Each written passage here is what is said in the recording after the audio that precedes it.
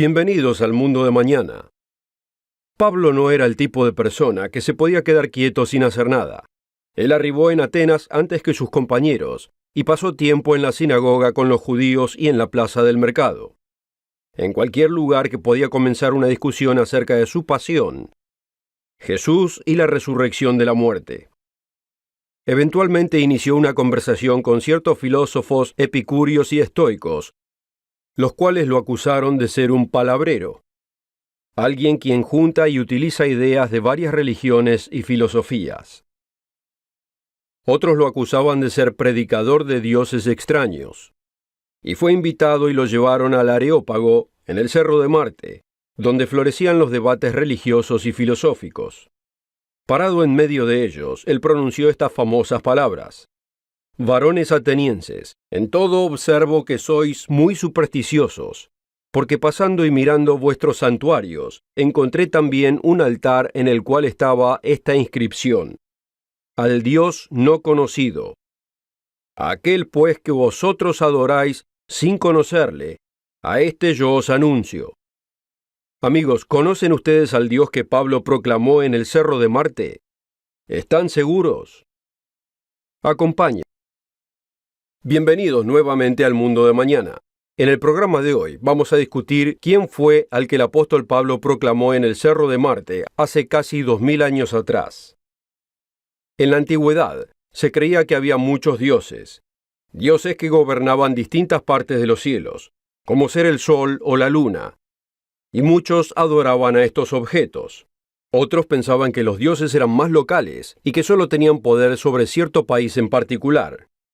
En el curso de la historia, las guerras más sangrientas fueron peleadas en nombre de distintas deidades, y hasta en distintas divisiones religiosas, quienes decían adorar al mismo Dios, pero de maneras distintas.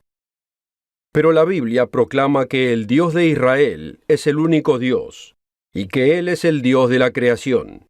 De acuerdo a esto, Él gobierna sobre todo lo existente en la tierra y todo lo existente en los cielos. Los cielos y la tierra, como los conocemos, abarcan mucho espacio y complejidad. Pero generalmente lo damos por sentado.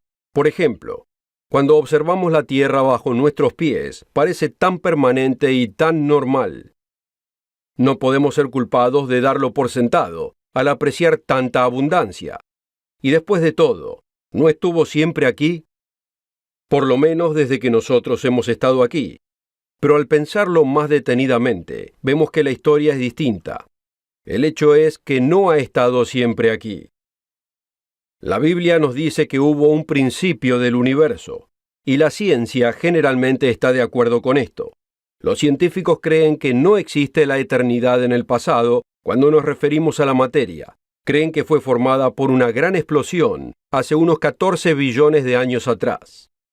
El escritor científico Bob McDonald lo describe de la siguiente manera: de acuerdo a la teoría del Big Bang, el universo fue formado de una inimaginable sopa caliente de energía, con una presión tan alta que nada compuesto de masa podría existir. Hasta los quarks, la partícula más pequeña existente, hubiese sido desintegrada en energía pura. Tiene sentido entonces que si algo tiene tal intensidad, hubiese sido del mismo modo en todo lugar, como un claro caldo de sopa. Si ese caldo se expandiese en todas direcciones, uno piensa que se mantendría uniforme, de tal modo que el universo no sería más que pura energía hasta hoy en día, solo que más disperso, difuso y francamente muy aburrido. Pero esto no es lo que aconteció. En algún momento, la energía se transformó en materia, o sea, en quarks, en protones, electrones, átomos, moléculas, partículas, planetas, y eventualmente en seres humanos, intentando descifrar todo esto. Si el universo no hubiese desarrollado estas interesantes protuberancias, nosotros no estaríamos aquí. Pero nosotros estamos aquí. Y de algún modo la energía se transformó en materia y la materia se transformó en nosotros. Pero ¿de dónde apareció toda esta energía? ¿Cuál fue su origen? Por supuesto que la ciencia no tiene una explicación para la fuente de energía presente previa al universo. Ni tampoco sabe cómo ni por qué existió la energía. Aparentemente estuvo siempre presente, ni cómo llegó al punto del Big Bang. Como hemos dicho muchas veces en este programa, cuando miramos alrededor nuestro, vemos lo maravilloso del diseño. El cuerpo humano y la mente humana nos dan evidencia de inteligencia, ingeniería, función y planeamiento. Ya sea que observemos a los pájaros, los insectos, reptiles, peces, gatos o perros, vemos hermosura, diseño y propósito. Y además vemos un ecosistema en este planeta que funciona en armonía para mantener la existencia de todas las formas de vida.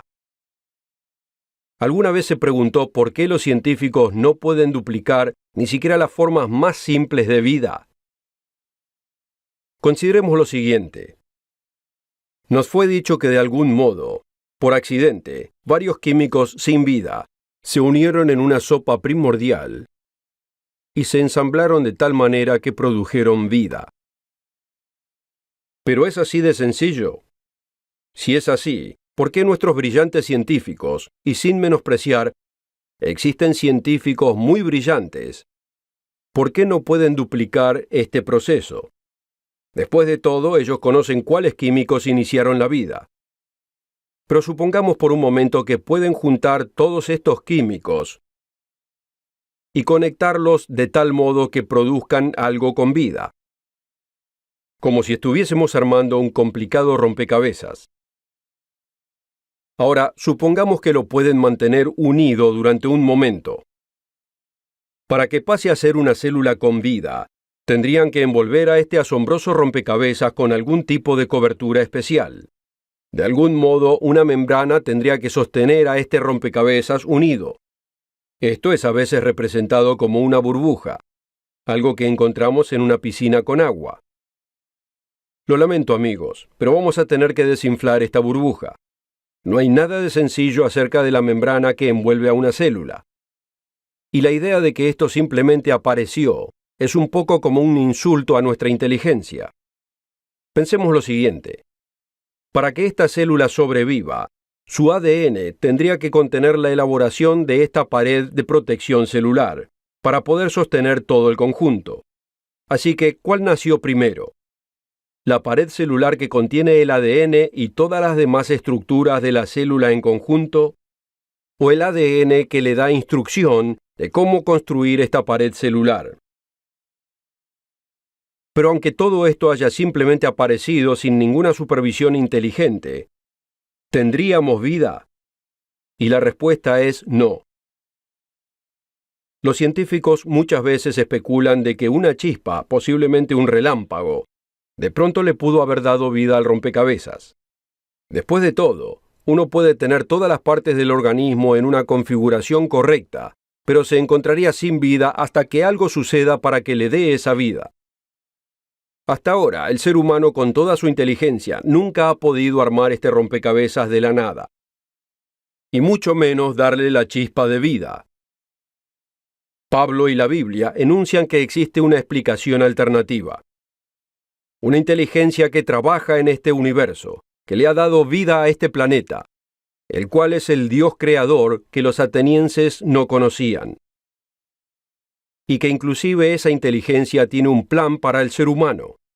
Los Hechos 17 dice lo siguiente: porque en él vivimos, y nos movemos y somos, como también algunos de vuestros poetas han dicho, porque también nosotros somos linaje suyo. Siendo pues linaje de Dios, no debemos pensar que la divinidad sea semejante a oro, o plata, o piedra, escultura de arte de imaginación de hombres. La creencia en dioses, o en un dios, es preeminente en la psiquis humana, y a través de la historia humana, el hombre ha creado dioses y diosas en su semejanza, tras la imaginación de su propio corazón. Los museos están repletos de estas estatuillas que los representan. Algunas diosas tienen muchos pechos, algunos dioses son gordos y felices, otros poseen alas.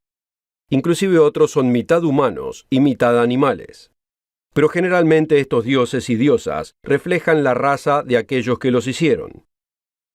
Por otro lado, el Dios de la Biblia nos dice que estamos pensando al revés, que no debemos hacer un Dios a nuestra semejanza, sino que estamos hechos a su semejanza.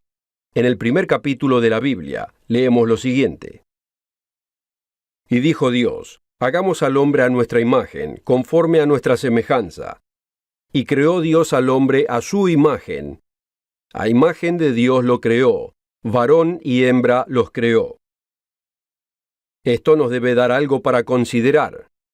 ¿Por qué habría Dios creado al hombre? ¿Y por qué crearía al hombre en su imagen y a semejanza suya? ¿Cuál es su propósito en todo esto? La ciencia no nos da respuestas a la pregunta del propósito de la vida. La ciencia solo intenta explicar cómo ocurrió todo. Lamentablemente muchos, aunque no todos los científicos, arbitrariamente imponen en su disciplina una norma estricta e inflexible, conocida como naturalismo. Aunque este término pueda ser aplicado de muchos modos, cuando se refiere a métodos científicos, significa que todo en la ciencia debe tener una explicación natural, y nada sobrenatural puede ser admitido. En otras palabras, Dios es puesto fuera de la ecuación desde el principio, antes de conciliar toda la evidencia. Dios simplemente no puede existir. Basados en esta suposición sin pruebas, estamos forzados a aceptar la siguiente conclusión. Hubo un tiempo cuando existía solamente la energía. Nadie puede explicar de dónde apareció. Pero de algún modo, con el curso del tiempo, la energía pasó a ser tan concentrada en un espacio que explotó en un Big Bang. Y de algún modo se transformó de energía en materia. Esta materia se dispersó formando estrellas, planetas y otras huestes de cuerpos celestiales y sistemas. Y en uno de estos planetas, algunos químicos sin vida de alguna manera se juntaron y formaron un elaborado rompecabezas sin vida, pero antes de llegar a deteriorarse como le sucede a todo cuerpo bajo circunstancias normales, recibió una chispa que le dio vida, de alguna manera desconocida. El relámpago es muchas veces usado como el provocador de la chispa, pero un relámpago incineraría a nuestro rompecabezas microscópico. Refiriéndose a esta estructura unicelular sin vida, tenía que haber sido una chispa muy diminuta. Y luego esta criatura solitaria y aislada, de alguna manera sabía dónde encontrar alimento de la materia sin vida. Y supo cómo consumir el alimento, y sobrevivió la suficiente cantidad de tiempo como para poder reproducirse. Y cómo aprendió todo esto nadie lo sabe, solo que lo hizo. Porque por fortuna, cuando se armó el rompecabezas, tenía todos los códigos y las estructuras necesarias para poder hacerlo. Y durante el curso de millones de años, eventualmente produjo todas las formas de vida que vemos en el presente. También debemos considerar el hecho de que un armonioso ecosistema se desarrolló en este planeta.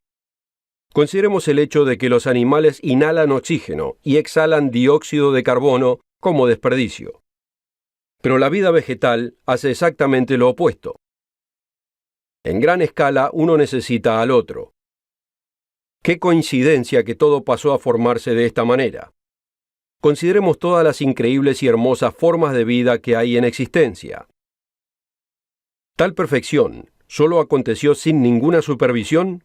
Eso es el naturalismo.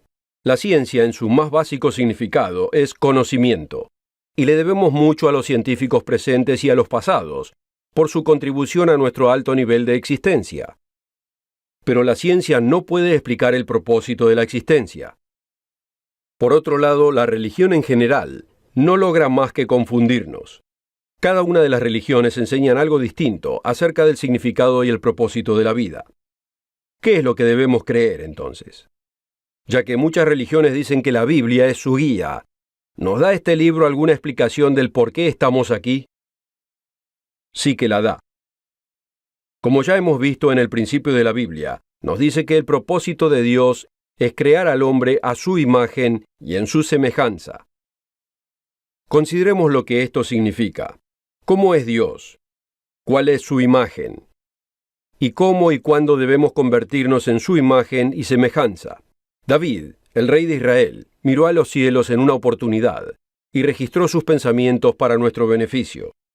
Dice, cuando veo tus cielos, obra de tus dedos, y la luna y las estrellas que tú formaste, digo, ¿quién es el hombre para que tengas de él memoria? Y el Hijo del Hombre para que lo visites. Le has hecho un poco menor que los ángeles. y lo coronaste de gloria y de honra. Le hiciste señorear sobre las obras de tus manos, y todo lo pusiste debajo de sus pies. Esta fue la intención de Dios desde un principio, ponernos en posición de dominio sobre todo lo existente en la tierra. Después de su creación dice que el hombre fue puesto por Dios a que ejerza dominio sobre los peces del mar, sobre las aves de los cielos, sobre las bestias, sobre toda la tierra, y sobre todo reptil que se arrastra sobre la tierra. En un gran número de localidades alrededor del mundo, como el Parque Oceánico de Hong Kong, uno puede apreciar que el hombre tiene dominio sobre los delfines y las focas. Si vamos al circo podemos observar leones, tigres y elefantes obedeciendo al hombre. Los bueyes y los búfalos de agua sirven al hombre en sus necesidades de agricultura. Los caballos son domesticados para el trabajo y la diversión, y los pájaros pueden ser enseñados a hablar y a entretenernos. Pero ¿con qué propósito fue hecho el hombre a que tenga dominio? El apóstol Pablo responde a la pregunta del rey David en el libro de los Hebreos. Cuando la pregunta era, ¿qué es el hombre para que tengas de él memoria? Dice, todo lo sujetaste bajo sus pies, porque en cuanto le sujetó todas las cosas, nada dejó que no sea sujeto a él. Mas aún no vemos que todas las cosas le sean sujetas. Aunque el hombre fue puesto por encima de todo para gobernar aquí y ahora, es evidente que el hombre está sujeto a esta tierra, y no al más allá. Somos seres físicos, hechos del polvo de la tierra, y estamos destinados a morir. Ahora, si lo que la Biblia nos dice es verdad, ¿por qué nos puso Dios en esta posición única de gobernar sobre la tierra? ¿Se da cuenta, amigo, que existe una respuesta fácil de comprender que nos es dada en la Escritura? Dice, porque todos los que son guiados por el Espíritu de Dios, los tales son hijos de Dios, porque no habéis recibido el espíritu de servidumbre para estar otra vez en temor, sino que habéis recibido el espíritu de adopción, por el cual clamamos Abba Padre. El Espíritu mismo da testimonio a nuestro espíritu que somos hijos de Dios, y si hijos, también herederos, herederos de Dios y coherederos con Cristo, si es que padecemos juntamente con Él, para que juntamente con Él seamos también glorificados. Aquí tenemos otro pasaje de Escritura que se refiere a una relación de familia con Dios, como hemos mencionado. Dice, y seré padre a vosotros, y vosotros me seréis hijos e hijas, dice el Señor Todopoderoso. Consideremos lo que acabamos de leer. Somos llamados hijos de Dios, herederos de Dios y coherederos con Cristo, hijos e hijas, y Dios es nuestro Padre. ¿Podemos empezar a comprender por qué fuimos creados a imagen y semejanza de Dios? Mientras queremos rebajar a Dios a nuestra imagen, tras la imaginación de nuestro corazón, Él está en el proceso de hacernos a nosotros a su imagen. Este proceso incluye aprender los caminos de nuestro Padre y desarrollar su propio carácter. Así podemos vivir en armonía con Él por toda la eternidad. Y a veces este desarrollo de carácter comprende el dolor y el sufrimiento. Tristemente, esta es la única manera que Él puede a veces despertar nuestra atención, aunque al final vale altamente la pena. Dice, pues tengo por cierto que las aflicciones del tiempo presente no son dignas de comparar con la gloria que en nosotros ha de ser manifestada. ¿Y cuál es esta gloria que ha de ser manifestada en nosotros? ¿Qué puede ser que nos anime tan grandemente a querer aprender más y adorar al Dios creador de la vida? Nuevamente, vemos que es en un tiempo futuro, cuando nos encontraremos en una armoniosa relación de familia. Dice, porque el anhelo ardiente de las criaturas espera la manifestación de los hijos de Dios, porque las criaturas fueron sujetadas a vanidad, no voluntariamente, sino por causa de aquel que las sujetó en esperanza, porque las mismas criaturas serán liberadas de la servidumbre de corrupción, en la libertad gloriosa de los hijos de Dios. Porque sabemos que toda la creación gime a una, y está en dolores de parto hasta ahora, y no solo ella, sino que también nosotros que tenemos las primicias del Espíritu, nosotros también gemimos dentro de nosotros mismos, esperando la adopción, esto es, la redención de nuestro cuerpo. Pero ¿es esta relación familiar solo por ahora? ¿O es para el futuro? ¿Somos hijos de Dios solo por una corta existencia física? ¿O es posible que vivamos eternamente como Él vive eternamente? Debemos suponer que Dios vive por siempre, pero sus hijos viven solamente por el tiempo de un pestañeo. Estas son preguntas importantes, amigos. Si somos el producto de la suerte o el azar, entonces el vivir por hoy y olvidarnos del mañana puede tener sentido. Pero si el Dios de la Biblia es real, posiblemente deberíamos considerar vivir por el futuro. ¿Y qué maravilloso futuro al que nos referimos? Lo que sabemos por seguro es que esta vida es muy corta. Y cuando éramos chicos pensábamos que volverse viejo estaba en la lejanía, pero a medida que pasan los años, nos vamos dando cuenta qué corta es la vida. Uno de los salmos nos dice: porque todos nuestros días declinan a causa de tu ira, acabamos nuestros años como un pensamiento, los días de nuestra edad son 70 años, y los más robustos son 80 años. Con todo, su fuerza es molestia y trabajo, porque es cortado presto y volamos. Siendo este el caso, el salmista nos da un sabio consejo. Enséñanos de tal modo a contar nuestros días, que traigamos al corazón sabiduría. La Escritura proclama que existe un propósito para la vida más allá del sepulcro, y ese propósito comprende que el hombre sea completamente hecho a imagen y semejanza de Dios. Estas son buenas noticias, noticias espléndidas para nosotros.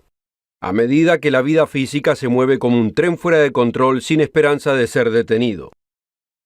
Como he preguntado en otras oportunidades en este programa, ¿puede usted decir con seguridad que su vida sea exitosa si nunca ha llegado a comprender por qué ha nacido y cuál es el propósito de su vida? Cuando Pablo proclamó el Dios desconocido a los atenienses, él les explicó lo siguiente: porque en Él vivimos y nos movemos y somos, como también algunos de vuestros poetas han dicho, porque también nosotros somos linaje suyo. Siendo pues linaje de Dios, no debemos pensar que la divinidad sea semejante a oro, o plata, o piedra, escultura de arte de imaginación de hombres. Es evidente que Dios, el Dios de la Biblia, el Dios desconocido que proclamó Pablo, está desarrollando al hombre a su imagen y semejanza por un gran propósito, un propósito tan grande que no lo hubiésemos considerado ni siquiera en nuestros sueños. El hombre no fue creado como los animales para vivir y morir sin esperanza. El hombre es distinto. La fe, la esperanza y el plan consciente para el futuro es parte de lo que nos hace distintos. Romanos 8 nos dice que Cristo fue solo el primer nacido entre muchos hermanos, y que nosotros podremos nacer en la propia familia de Dios y heredar todas las cosas en el reino eterno.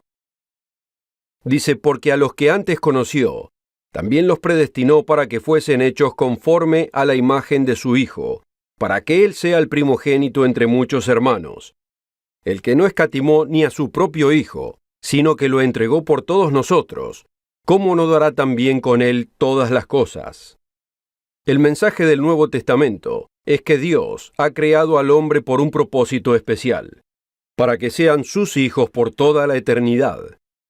Pero primero debe saber que podamos vivir en armonía con Él y entre nosotros. Esta vida es un periodo de prueba. Debemos resistir a los impulsos del egoísmo, la vanagloria y los deseos egoístas. Y aunque sabiendo que todos fallaríamos una y otra vez, Él envió a su Hijo, Jesús el Cristo, para pagar la penalidad de nuestros pecados. Esto es, para que Él muera en nuestro lugar, para que seamos reconciliados con Él. Este es el plan del Dios desconocido, que Pablo proclamó a los filósofos en Atenas. Y este es el Dios que tan pocos conocen hoy en día. Si quisiera aprender más acerca del tema del programa de hoy, encuéntrenos en el sitio web elmundodemañana.org, donde podrá encontrar nuestros folletos, El verdadero Dios, pruebas y promesas, y además el folleto El misterio del destino humano.